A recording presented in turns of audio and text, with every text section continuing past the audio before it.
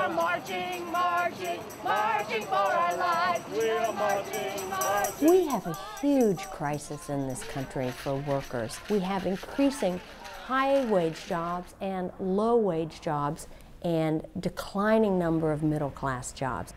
And then on top of those two problems, we have this crisis of wage theft, of workers not getting paid for all their hours. Let's get on that. I was part of a really religious family. We went to church Sunday morning, Sunday night, and Wednesday night every week of the year. Not everyone wanted to bow down to the gold statue. The church really instilled sort of some core values in me that I feel like I'm trying to live out in my work today. I think it's really so integral to really not just our Christian traditions, but Jewish traditions, Muslim traditions, and others, that we care for our neighbor.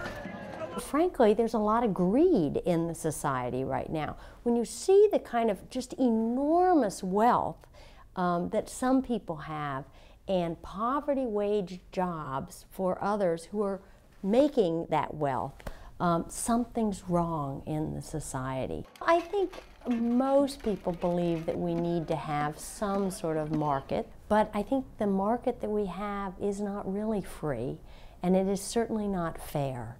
If we claim to be a consumer society, we've got to pay wages that people can consume with.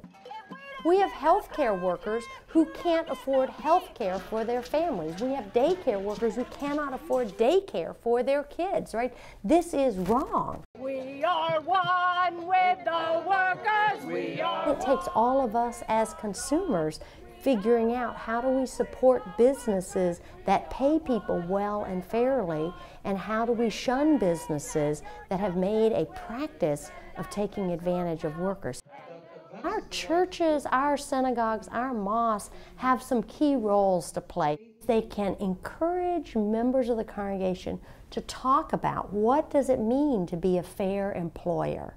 What is an ethical business leader? We will walk with the servers, cooks and housekeepers too. We need to, as the congregation, to be good employers as well, which means we need to think about how do we pay the janitor and how do we pay the church musician, not just how do we pay the pastor or the rabbi. Our faith calls us to be involved in this work. And they'll know